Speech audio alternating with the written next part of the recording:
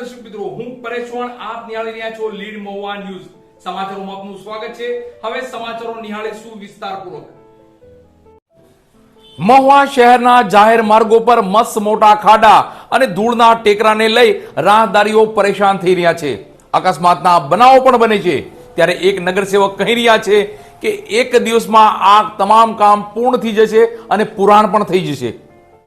મહુવા શહેરના જાહેર માર્ગ પર મસ્ત મોટા ખાડા અને ધૂળના ટેકરાને લઈ રાહદારીઓ પરેશાન થઈ રહ્યા છે. તો અકસ્માતના બનાવો પણ બન્યાના સમાચારો મળી રહ્યા છે.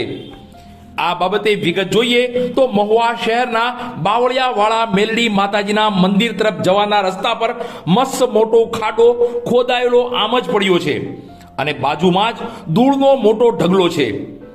આ બાબતે સ્થાનિક રહેવાસીને પૂછતા જાણવા મળ્યું કે નગરપાલિકા દ્વારા અપાતા પાણીની લાઇનના ભંગાણને લઈ રિપેરિંગ કામ ચાલુ છે.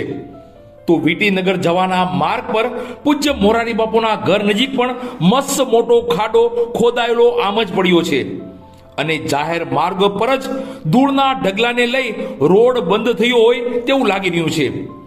ત્યાં પણ નગરપાલિકા દ્વારા વિતરણ થતું પાણીની લાઇનનું રિપેરિંગ કામ ચાલુ છે તેવું જાણવા મળ્યું હતું. જાહેર માર્ગ પર આ બંને ખાડા અને ટેકરાને લઈ એક નગરસેવકનો સંપર્ક કરતા જાણવા મળ્યું કે હાલ નગરસેવકો નિષ્ક્રિય થયા છે અને કામગીરી થતી જ નથી તેવું જાણવા મળ્યું હતું. બાદ અન્ય એક મહુવા નગરના નગરસેવક ભરતભાઈ બામણિયાને આ મસ્ત મોટા ખાડા અને ધૂળના ઢગલા વિશે પૂછતા તેઓએ જણાવ્યું કે આ બંને જગ્યાએ નગરપાલિકા દ્વારા અપાતા પાણીની લાઇનમાં રિપેરિંગ કામ શરૂ હતું જે હાલ પૂર્ણ થયું છે અને આજે જે તે સોસાયટી વિસ્તારમાં નગરપાલિકા દ્વારા પાણી પણ અપાઈ ચૂક્યું છે અને આ પાણીની લાઇનનું ટેસ્ટિંગ થયા બાદ આ તમામ ખાડાઓ પાલિકા દ્વારા પુરાણ પણ થઈ જશે. ત્યારે આ બાબતને લઈ નગરસેવક ભરતભાઈ બામણિયા શું કહે છે તે પણ જાણી લઈએ.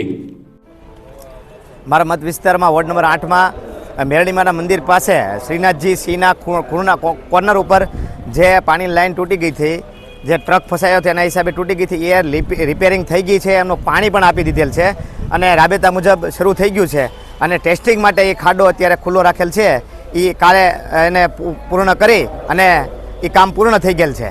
ત્યારબાદ મોરારી બાપુના ઘર પાસે જે લગભગ વર્ષ દિવસથી વોર્ડ નંબર 7માં પાણી જતું હતું તે અમારા પ્રમુખશ્રીને ધ્યાને આવ્યું. પ્રમુખશ્રીએ અમને ધ્યાને જોયું તો તાત્કાલિક ધોરણે ચીફ ઓફિસરને રજૂઆત કરી અને તાત્કાલિક ધોરણે આ વર્ષ દિવસથી જે પાણી જતું હતું એ બંધ કરવા માટે કાલે હું ત્યાં 2 કલાક માથે ઊભો રહી અને તે ખાડામાં લીકેજ હતું એ લીકેજ બંધ કરાવી અને આજરોજ એ પણ કામ પૂર્ણ થઈ ગયું અને પાણી પણ આપી દીધેલ છે અને આજ ટેસ્ટિંગ થઈ ગયા બાદ એ ખાડો પણ પૂરી દેવામાં આવશે. મહુવા શહેરમાં જગ્યા ભાડે આપવાની છે તો આજે જ સંપર્ક કરો. મહુવા શહેરની એકદમ મધ્યમાં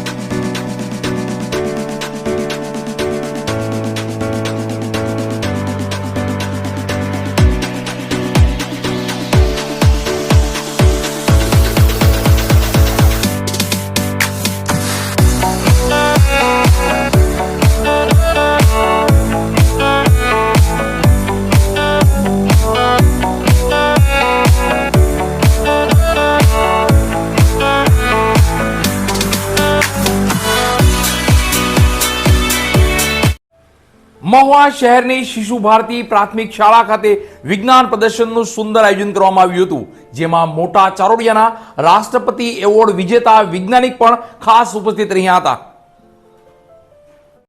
મહુવા શહેરની શિશુ ભારતી પ્રાથમિક શાળા ખાતે વિજ્ઞાન પ્રદર્શનનું સુંદર આયોજન થયું હતું, જેમાં વિવિધ શ્રેષ્ઠીઓ ખાસ ઉપસ્થિત રહ્યા હતા. Shri Mahuva social charitable trust સંચાલિત મહુવાની શ્રેષ્ઠ શાળા શિશુ ભારતી પ્રાથમિક શાળા ખાતે વિજ્ઞાન પ્રદર્શનનું આયોજન કરાયું હતું, જેમાં બાળ વૈજ્ઞાનિકોને પ્રોત્સાહિત કરવા સંસ્થાના પ્રમુખ બાબુભાઈ જેઠવા તો ખાસ મોટા ચારોડિયાના વૈજ્ઞાનિક અને વિજ્ઞાન શિક્ષકને લઈ રાષ્ટ્રપતિ એવોર્ડ વિજેતા નાનાલાલ ત્રિવેદી ઉપસ્થિત રહી બાળ વૈજ્ઞાનિકોને માર્ગદર્શન આપી પ્રોત્સાહિત કર્યા હતા। આ વિજ્ઞાન પ્રદર્શનમાં શિશુ ભારતી પ્રાથમિક શાળાના વિદ્યાર્થીઓએ અલગ અલગ અને અચંબિત કરી દેનાર કૃતિઓ બનાવી અને પ્રદર્શિત કરી હતી। શાળાના આચાર્ય પિયુષભાઈ લુહારે જણાવ્યું હતું કે તમામ બાળ વૈજ્ઞાનિકોએ આ તમામ કૃતિઓ સુંદર અને આકર્ષિત બનાવી હતી, પણ આ તમામ કૃતિઓ વેસ્ટમાંથી બેસ્ટ કરી એક ખૂબ જ પ્રભાવિત કરી દેનાર છે।